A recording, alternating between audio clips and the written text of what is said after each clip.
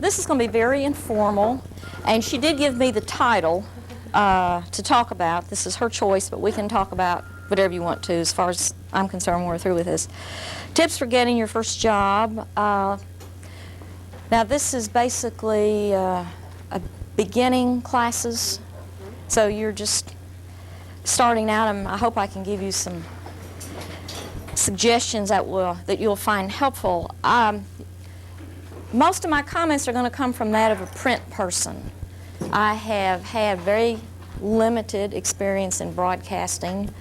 There are broadcast journalists in the Society of Professional Journalists, and so I pick up a lot of information that way. But in terms of what I know firsthand, it's really from working on a newspaper since 1961. I feel very strongly about anyone in journalist writing, doing lots of writing, and doing lots of rewriting. That's why we're trying to communicate. We're going out and gathering facts and putting it together in some kind of story that you want people to read. And I still have trouble with my leads after 30-some years, I must tell you. Leads are the toughies. So I just pass that along.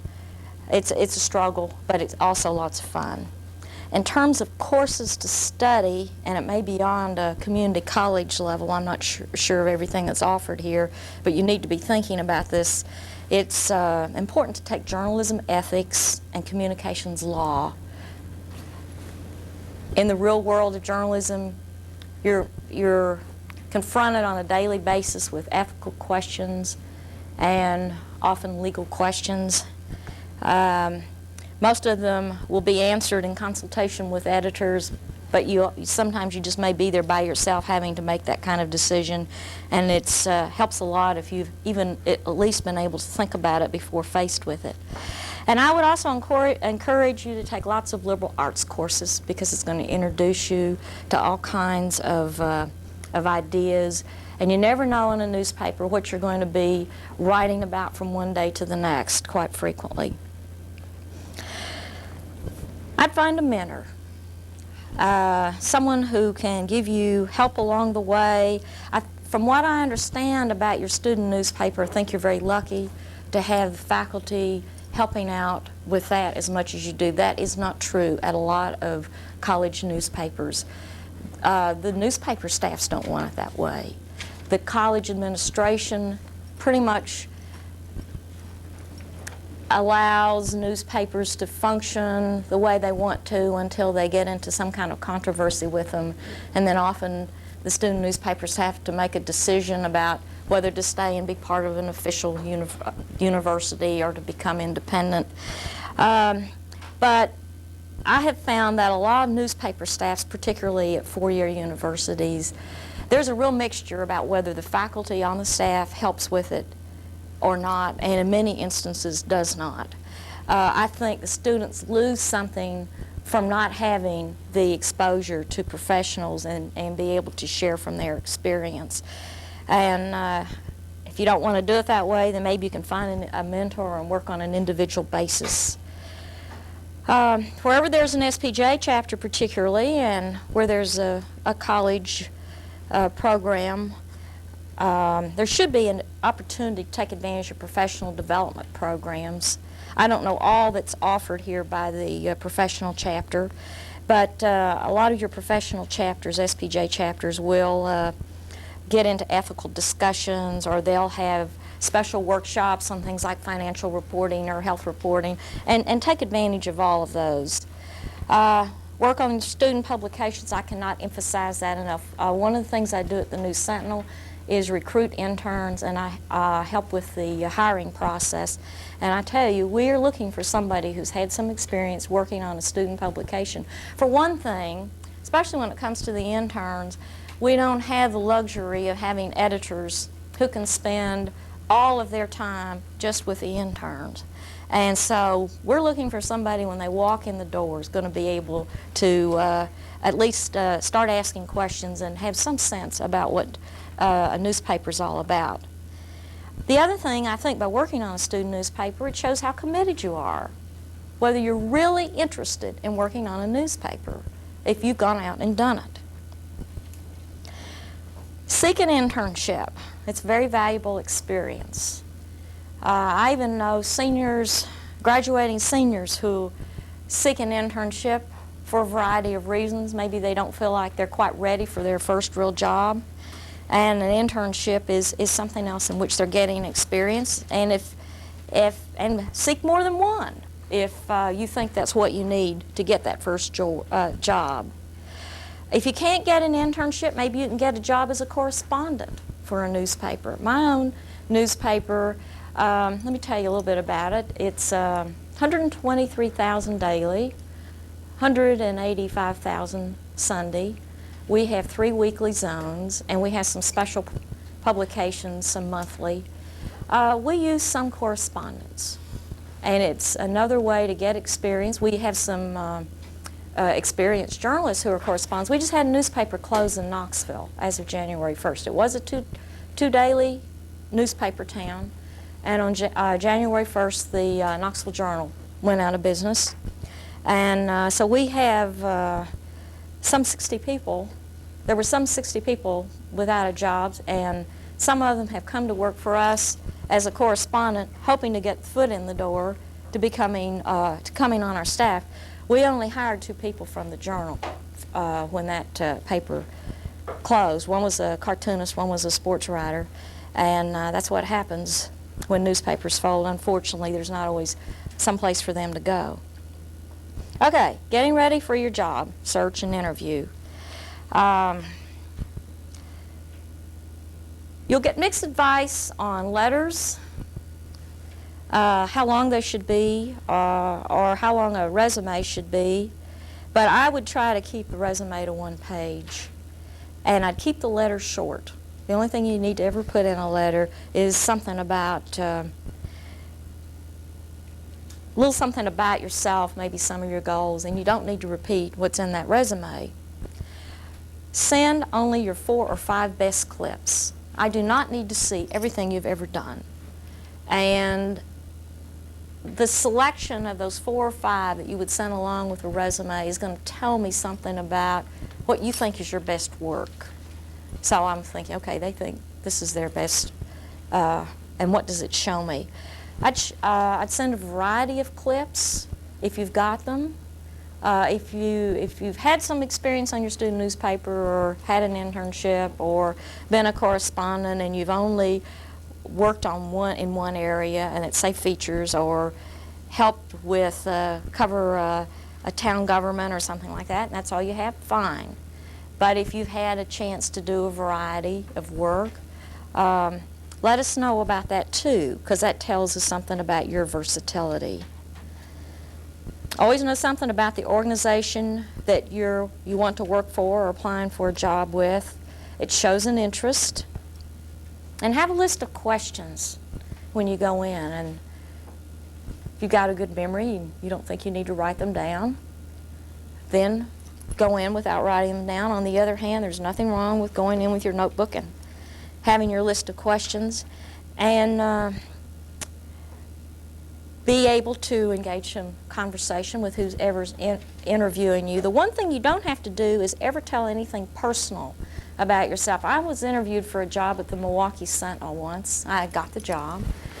And first the editor and then the city editor asked me whether I was a Republican or a Democrat. And at the time I was coming there from St. Petersburg, and I had included some political stories in my portfolio. And I had told them I had an interest in political news reporting.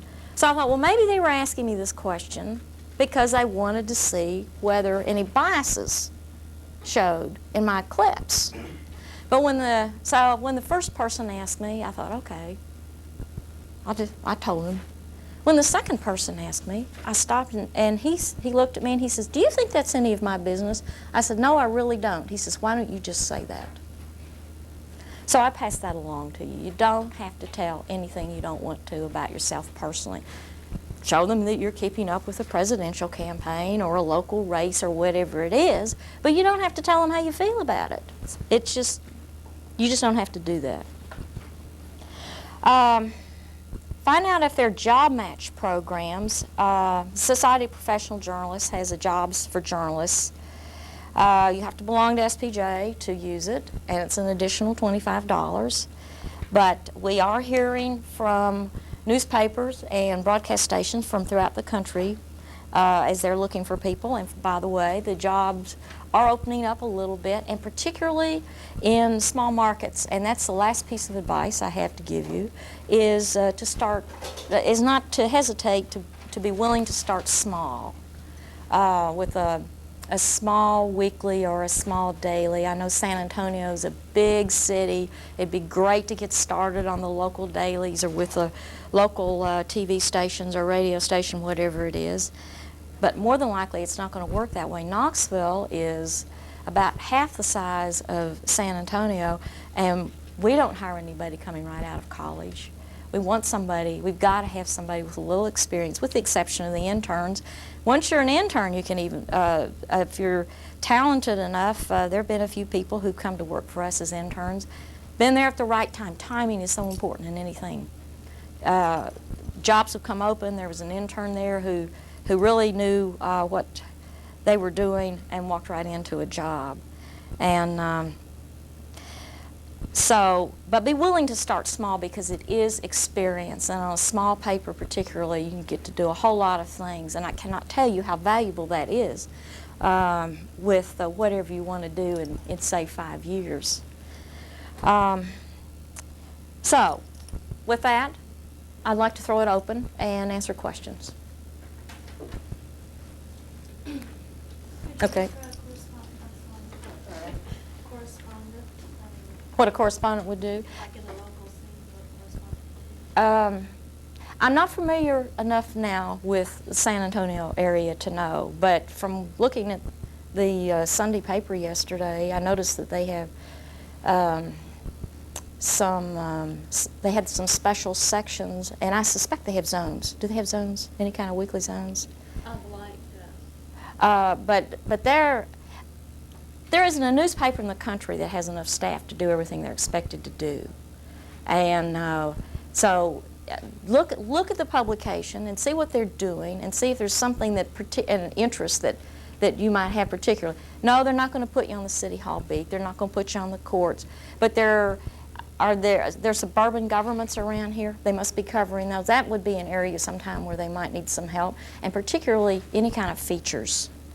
I would say that the way we work with our zones, the editor has told people he will use them as a correspondent. He'd like for them to develop the story, do a little research about the story, and then come back with him with a specific idea for developing it before someone actually spends some time writing it. So that would be another way to go. Have an idea, have a definite idea of your contacts and what the angle would be and this kind of thing. So it's almost like freelance. It is kind of, yeah, it is. Yes? Yes. We've been discussing ethics in class this last session. And journalism isn't like other professions, say law or medical, where you have review boards and bar exams and your own peers that watch over the members when they do. Would you favor something like that? What made me think about that was when Brian Caron was a local journalist, was trying to get an answer from the president during the drug summit. He was fired because he was too aggressive. He was disrespectful. Yeah, I heard about that. That sort of thing. And like, it seemed to me like he was doing his job. You know, why it was carefully staged video event though, and he upset the status quo. He ended up losing his job. When Dan Rather walked off the air in a snit because the tennis game was going to go over, nothing happened to him, even though he left CBS looking really, really bad. Do you think something like that should be monitored, when there should have been a way that they could have had something to go to for those two? I think that's a very individual medium and a very individual community issue. There are some states, there are a few states, Minnesota is one, they have, and Washington has started, the state of Washington has started this, is a news council or newspaper council. And what they have, and there was one nationally at one point, but it didn't get the support it needed from the media to survive. the way these work is that citizens bring complaints to them, and they're investigated, and then they make a finding By the individual. by the council. But where they fall short is there's no teeth of enforcement. Now, SPJ has a code of ethics, and 5 years ago we debated how strong we should be in terms of enforcing a code. The truth of the matter is this is a voluntary organization. There isn't a whole lot that we can do to make something happen. And an individual newspaper or radio station or television station will always have its side on something, saying, well, you don't understand this that's happened, or you don't understand that that's happened. And we don't want anybody coming in and telling us what to do. And that gets into this whole First Amendment thing again, is the freedom to express. At the same time, the media should be responsible, should be fair, and all of this. And so you have to talk it out and figure out how to deal with it. Now, I'm part of a newspaper chain, the Scripps Howard chain. There is a code of ethics for the chain. Editors have to read this code of ethics and have to sign a statement saying that we've read it, we're going to adhere to it. And it's very clear about the things that we can do. Running for public office is not one of the things we can do.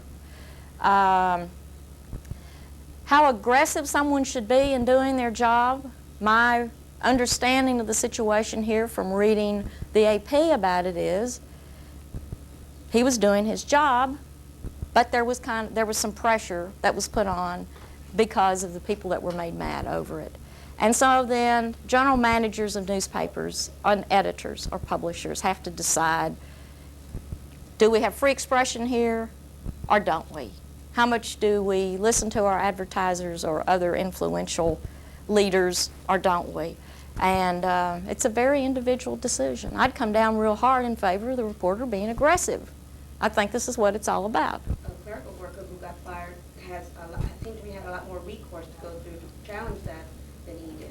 But there isn't any other recourse. I mean, it's a matter of somebody else's own conscience, and it does send a statement to the entire staff and to readers or listening, or your viewing audience or listening audience that is aware of this, and they're saying, okay, they're going to be real soft and easy on people.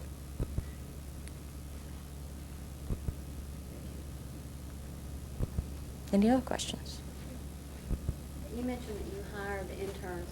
What kind of things make someone stand out? I mean, is there a type of story or a certain personal quality they show in an interview? What might make you choose one over another? Well, when I'm looking at reporters, I would like to see something that tells me they're aggressive. They can do that by the questions they're asking me or by some of the stories they've done for their own student publications. Now, that's not fair to someone who may be shy or bashful, and yes, they're shy and bashful journalists, in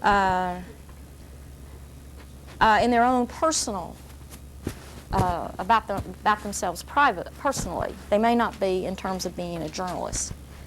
So coming on strong isn't always a characteristic, but it helps. I think for a copy desk, you'll find often that perhaps they're not quite as aggressive. I mean, these are just some characteristics that you start seeing. So it depends on what you're looking for. I want all evidence of someone being careful. And I will ask a lot.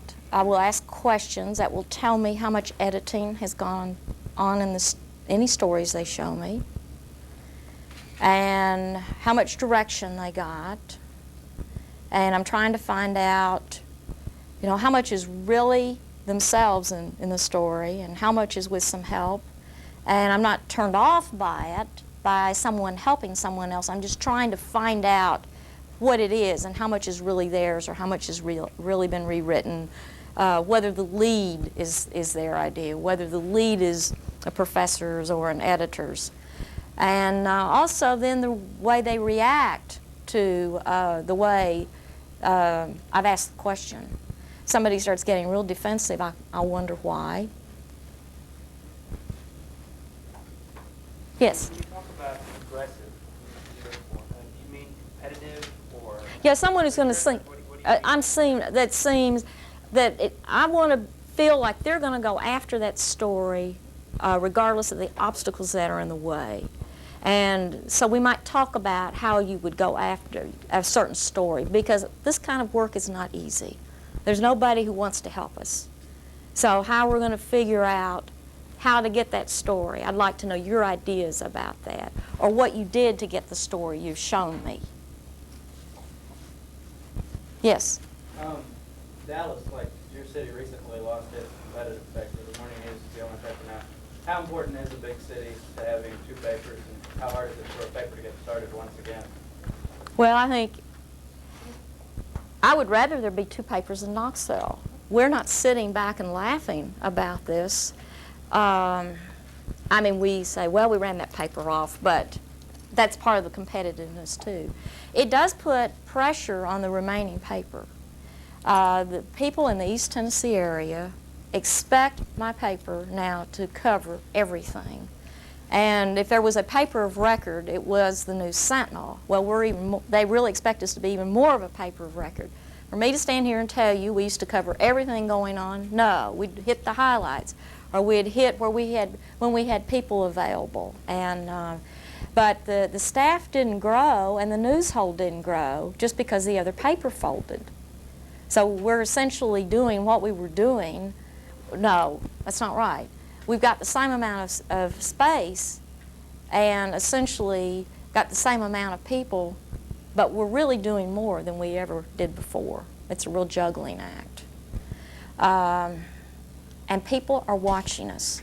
And when we don't cover something, they'll call, if they're not satisfied with an answer they get from the Metro editor, say, they'll call the managing editor or the editor and they'll say, we think you should have been at this, and why weren't you there? Or why didn't you do this? Or one of my jobs, I come close to being a reader's advocate. I'm listed on page 2 of the paper as the person to call if someone feels there ought to be a correction in the paper. And so they'll call me, and I'll get the calls from people who'll say, you think because you're the only paper in town now, you can get away with such and such and so. And we're being watched, and we're very aware of it. And our editor does not want us to get smug. He wants us to be responsive. We're asked to listen to people. He's told the Metro editor and the Living editor, if for any reason they can't use some material that's brought in by an individual or a club or something like this, he wants it to go to the zone editor to see if there's a place in our weekly zones to get that news in. So newspapers with communities with one newspaper, the newspaper feels the heat. We got to stay on our toes that much more. I mean, we're trying to be accurate, responsible, fair, and all that to begin with. It's even more now. It's more important now. Yes? So, what you're saying is now that there's one paper in your area, it's more, it's not, I mean, it seems like if that other paper were to go out of business, the competitive spirit would get lost because you gotta kind of beat them out to stay in business. Well, there's still radio and television. Okay. And there's some weeklies, and we're surrounded by small weeklies and dailies, and we're more than just Knoxville and Knox County. We're primarily that, but there are about 4 or 5 counties that join us that we're also covering to some extent. But I mean, there's not the competitiveness that there was with another newspaper, but there's still other places where people can go. I'll tell you a story, not one that I'm necessarily proud of. There was a hearing, and it was an administrative hearing conducted by the state EEO involving some charges by the local, one local symphony player against the musical director. And apparently there were people with the symphony bragging that because of the support that the symphony generally gets from the New Sentinel, that we were never going to cover this story. And we did hear about it, and we did try to track it down, and we did determine it was an administrative hearing. And administrative hearings kind of depends on the agency. Most state laws are not quite as clear about an administrative hearing as they are board meetings. So I'd make that distinction between a board and an administrative hearing. So we were aware that there had been this hearing alleging sexual harassment. And I have a very good friend who's with a radio station, and she said, "We're being called about this hearing and understand you're ignoring it." At the time, I didn't know about it. So I went back the next day. We meet at 11 o'clock daily. And I brought it up in our editors meeting. And I was trying to see if we knew about it. Turned out we did know about it, just as one of those things that hadn't surfaced in any of the meetings I attend, because there had been a reporter kind of checking it out, and I'm not going to know every single thing everybody's working on. And but it was not something that we dogged, and just were aware it was happening and didn't want to forget it. Well, the hearing officers' findings did become available. And my radio friend beat my paper to it because she had stayed with it. And they aired it before we did. And I guess it was on a Monday, and I was out of town that week, so I don't know all the particulars that went on inside the office. But anyway, they aired it on Monday. And by Wednesday, we had, the managing editor had ordered that this story be one that be in the next day's paper. So they beat us by several days on it. And she has reminded me of this several times. So, and I think that's good. I think that's the way it should be. And I'm sorry we had the reputation that some people thought that we weren't going to do something because of other things we do. And that's one of the things we really have to watch. So maybe it's made the radio and TV stations a little more alert? Well, the truth of the matter is my friend still gets most of her news out of my morning paper. And I remind her of that, too. And so do the TV stations. My paper sets the agenda. A lot of local news. Did your paper become more profitable when you went out of business? Did they suddenly get more advertising? Well, the way it was set up with the company, okay, this was a joint operating agreement between Scripps Howard and the Persis Corporation that involved the New Sentinel, which is Scripps Howard, Persis, which is the Journal. And the New Sentinel company handled the advertising, circulation, promotion for the Journal. So then our challenge became, once the Journal left, as to how much of the, and they offered, advertising, for example, offered a lot of deals to advertise in both papers. So our challenge became how to pick up more advertising dollars. We don't want it to go to radio or television, so we want it to come down, but other departments are working on that. Yeah, but it's, the New Sentinel is a, let's see, our daily circulation before the Journal folded was about 105, 107,000, and we're now up to 123, I think I said. And we just keep trying to do things at all departments, editorially. We add more color to page one and more graphics and do all the things you're supposed to do to try to get readers. And it's working. That and the fact that the University of Tennessee is a very successful football team, so our Sunday paper's grown like mad, and things like that make a difference with Sunday papers. We sell more Sunday papers in the fall than any other time. So we're doing a lot with that. I think they're now 4-0. So it was probably a big paper Sunday. I was here yesterday, so I don't know what we did when we beat LSU Saturday night, but I know that it was a big deal for the paper. I mean, one of the things editors talk about is if we win or lose, what we're going to do with page one on Sunday. And the University of Tennessee's the big orange, so we do things with orange headlines. Sell some more papers. Across the top. That's what the editorial paper, editorial side, they have to be boosters for the local team, at least in the headlines if they win. What was the name of it? The Journal, the Knoxville Journal. How closely do you work with the city editor, the metro editors, and editors of different sections? Me personally? Okay. Mostly I stay out of the metro editor's hair since I was his predecessor, and I don't want him to think I'm telling him what to do. I don't think he needs that. However, anytime I come across a story idea, I always pass it along. I don't have a staff, so I can't get anybody to do it, but I certainly contribute a lot of ideas to the paper. And go to the meetings. There are 2 meetings daily. This is probably true of most metropolitan papers. We're the morning paper, and I'd say most morning papers operate this way. We have one in the morning about 11 o'clock, just to kind of see what's going on for the day, to make sure that everything is covered, the major stories are covered, to make sure we're going to have art or graphics to go with the major stories and this kind of thing. And then there's another meeting at 3:30 in the afternoon where the wire editors, the sports editor, they come in, and at that point they discuss. What they're really trying to decide is what's going on page 1. So the editors all go in to decide, to talk about what they consider the top stories to be as candidates for page 1. I always go to the morning meetings because it spills off into a whole lot of things. Depending on my own schedule, I may go to the afternoon meetings, but I definitely contribute ideas and go to these meetings where we're talking about things and thrashing things out.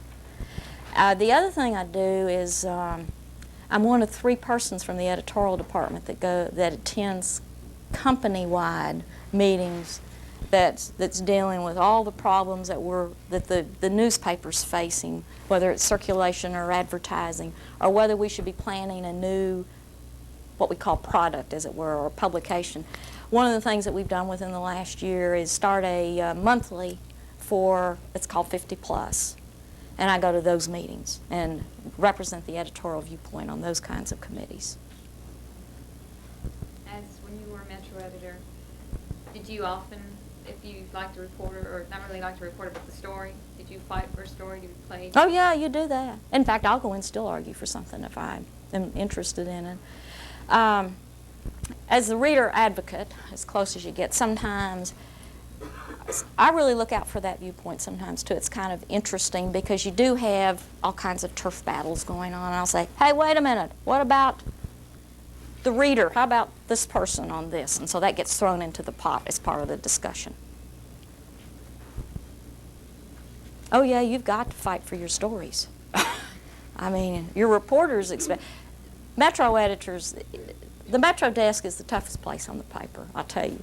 You're getting it from your reporters who are unhappy about the way the copy editors have edited the stories and they've gotten in the papers, and you're getting it from the editors on top who don't understand why things were done the way they were, or why hasn't this been done instead of something else. It's a tough place to be. It's a squeeze. Since this is National Newspaper Week, what do you see as the future of newspapers? I think they're going to survive. I think that, I'm not sure which direction it's all going to take. I mean, there's a lot of talk that newspapers eventually may be only one sheet and you'll have all kinds of summaries, and at the end will be numbers, and you'll dial in with your telephone and be able to interact with the telephone lines and pick up the stories. And I think some of that's going to come. I think some of it's already here. Faxed papers is an area that I think will be explored more. We tried to fax paper in Knoxville Monday through Friday. It was a legal size sheet. This was 2 years ago for about 6 months, and it was aimed at the business finance community. It did not take hold fast enough at a time when the economy started going down, and so the decision was made to cut it off because we weren't making anything on it.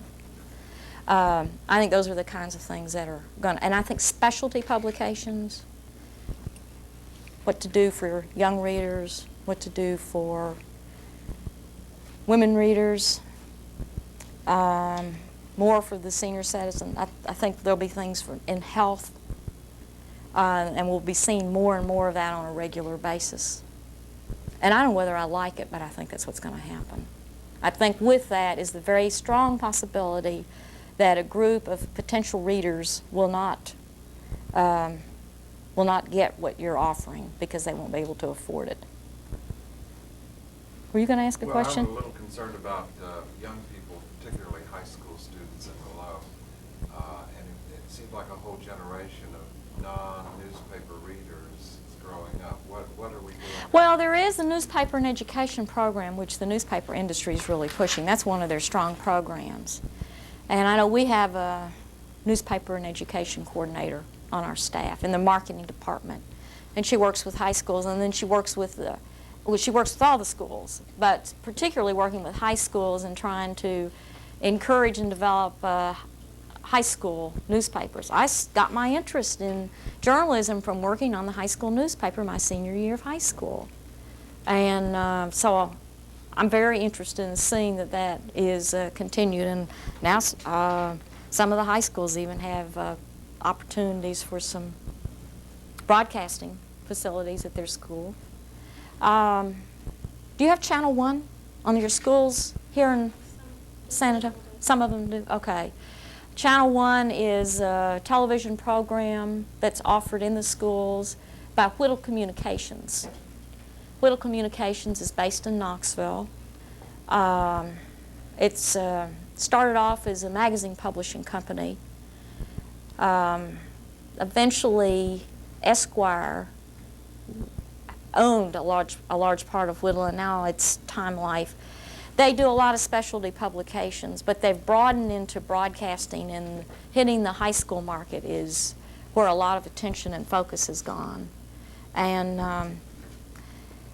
now last year, we would do a half of a page in the living section on the theme that the Channel 1 had that week.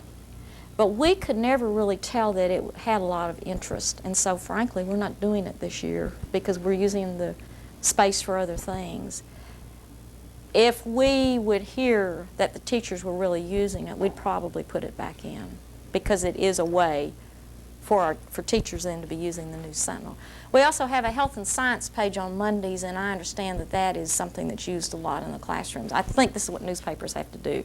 They've got to with what they're doing, I'm not saying that, well, two things, something especially for the youth group or something you know that they're likely to be interested in, like health and science, and then the papers have got to push it. Newspaper people particularly are the worst at communicating what they're doing and promoting what they're doing of anybody I know. Any profession. I can tell you that right now. We just think we put it out there that people are going to respond. Well, we're finding out that's not necessarily true, and we don't.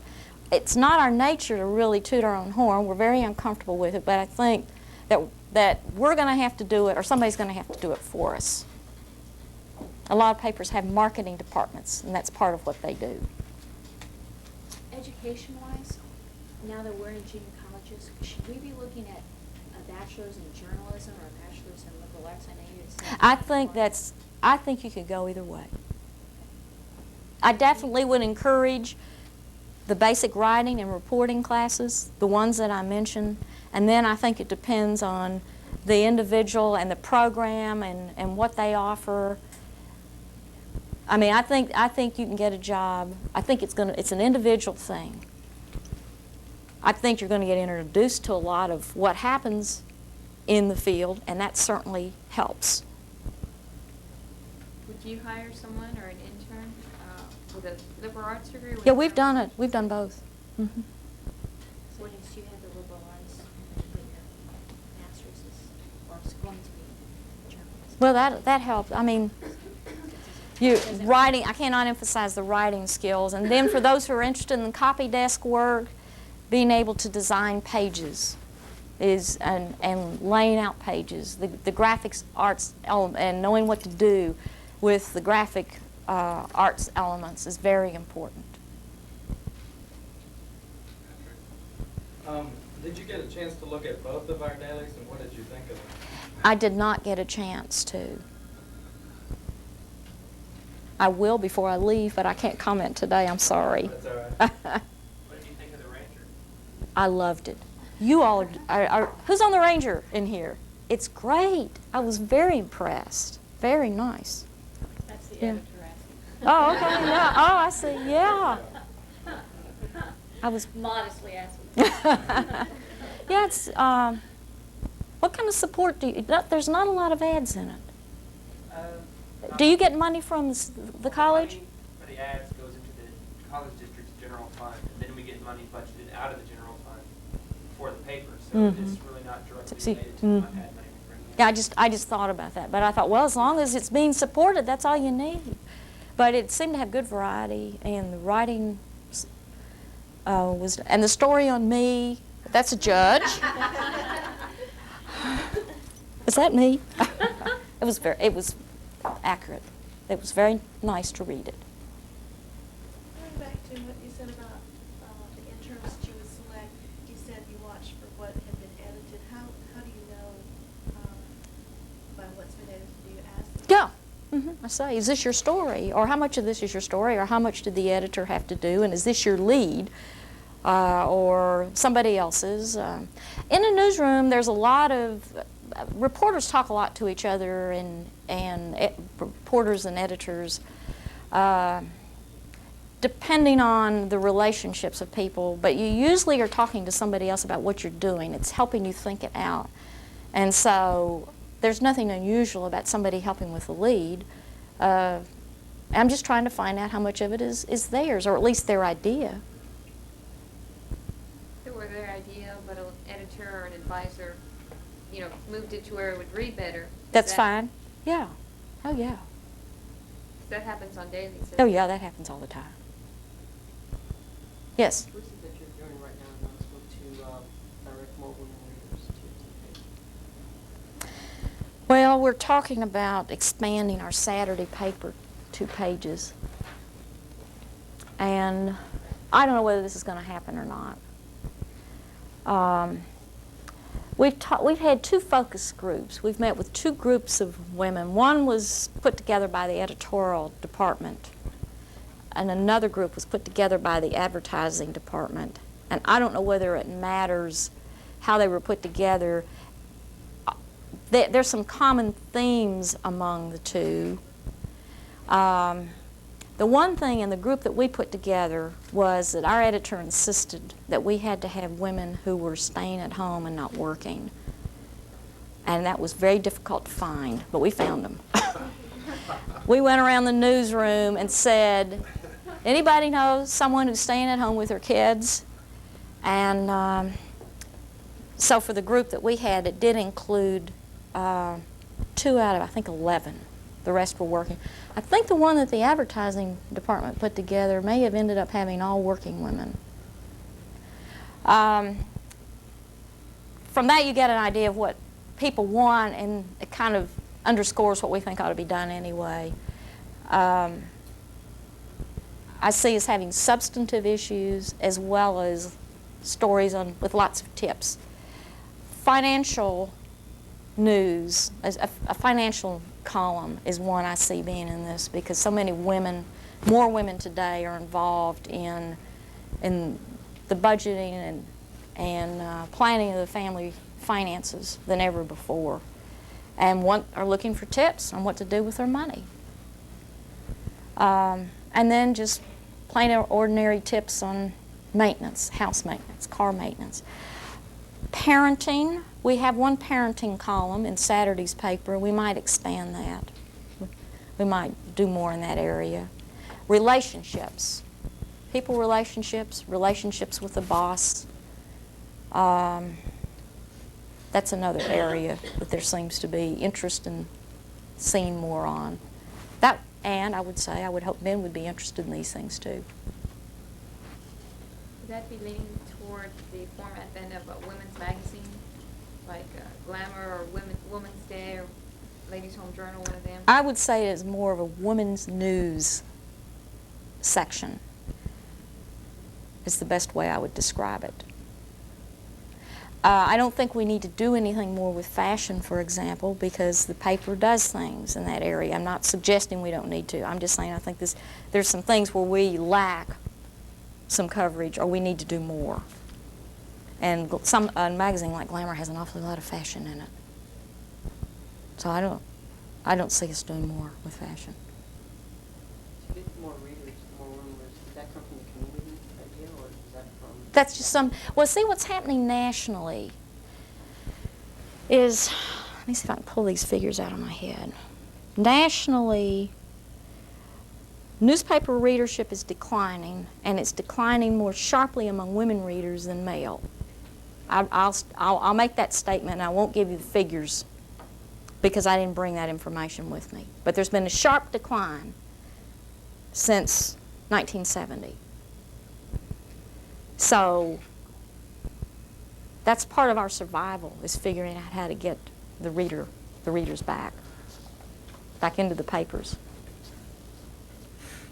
You spoke a little bit about the future of different news media fact sheets. I caught the tail end of the program on CNN last night talking about the future of news content, how it's getting harder to tell between hard news and fluff like hard copy in the National Enquirer.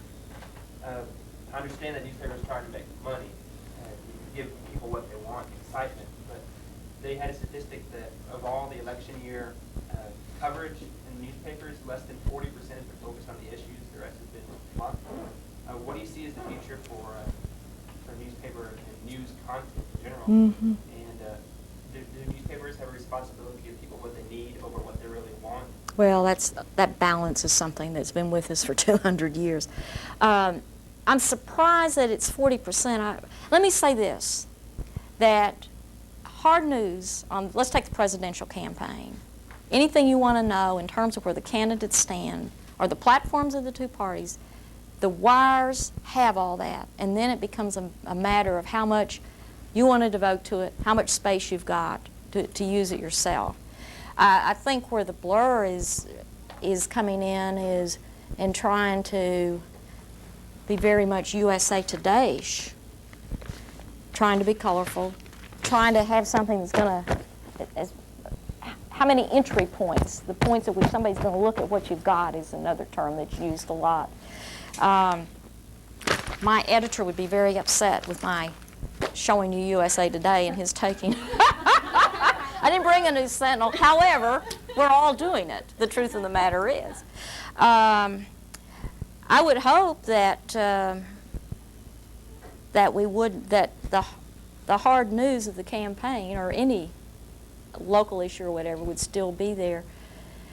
I think part of what's happening is, though, we're trying to write it to make it compelling and make it interesting, and that's where the real challenge becomes, so that people will find it something that interesting they want to get into, and that's where you're not going to find your who, what, where, when, why like you used to be able to within your first graph or two. The trend is to find a person to try to reflect the point you're trying to make. But that doesn't mean you can't be developing issues in depth. Or maybe what you do is you find that person who tells the story that you're trying to make and make it human so that people can identify with it. Then maybe you do a sidebar that gets into a whole lot of the issues, 10 points of what that whole thing was about that this person just told you about. So we're just doing things differently. And does that answer your question? So do you think news will become more like Inside Edition and Geraldo? That seems to be the trend in television. I hope not. That's all I can tell you. I think it's up to those of us in this, those of you in this class to make sure it doesn't. By personalizing, you mean that the person is going to be able to see themselves in there? Yeah, identify with it somehow. You want the readers to identify with what's happening. So that's why you personalize it as much as you can. And do you think the reason, I would say the downgrade of the stats, the quality of it, because the national literacy, kids are not reading because they just can't read. That's part. Well, but when we go back to the women readers, the one thing all kinds of studies show is that the women are reading. They're just not reading newspapers. They're reading magazines. Yes. Is your paper, or do you know if any other papers around the country are looking for reporters that are bilingual? And if so, how much of an edge would that give you? Well, that would. in Knoxville, we don't need a bilingual report. I'm not saying this very well. There are some areas of the country where obviously it's going to make a difference. I've noticed the employment ads and things around here.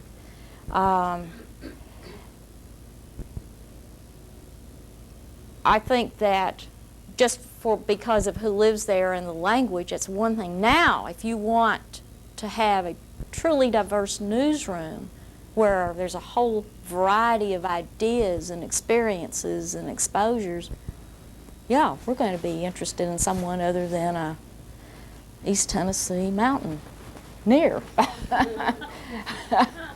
Okay? One more question? Georgiana, Okay. thank you very much. We've got about 10 minutes. Can I get you some coffee? No, or do you want- no,